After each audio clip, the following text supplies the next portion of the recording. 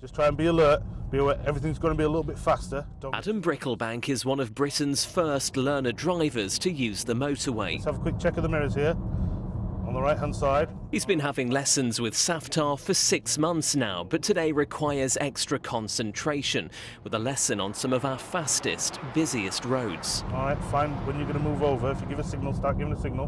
Before, we had a situation where the difference between a learner driver being on motorway and a qualified driver was a matter of a few hours.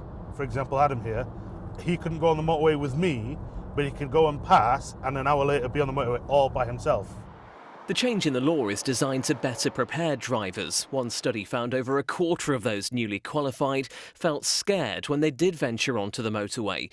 1 in 10 said they avoided driving on them for at least 6 months after passing, and more than half of drivers say they would have liked the chance to take a lesson on the motorway before their test. The focus of learning to drive now is about safe driving for the whole of your life, not just getting ready to pass a test. So recent changes in the driving test, for example, have increased the amount of independent driving. This is just kind of like the next step on in trying to make people more independent when they first drive on their own. 1 in 5 fatalities involve crashes where a driver was aged between 17 and 24. Road safety campaigners are confident the change in law will help bring down that figure. Motorways are already our safest type of roads, but new drivers don't actually get a chance to drive on them until they're on their own. So actually giving them some experience while they're learning will actually make them safer. But what do drivers in Sheffield think?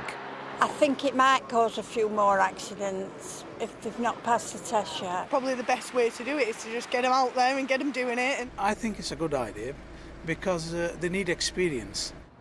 Adam says he feels much more confident on the road after today's lesson. Motorways are quite a big aspect of driving, so it is important that learner drivers do it. Today's newfound knowledge preparing him for newfound freedom.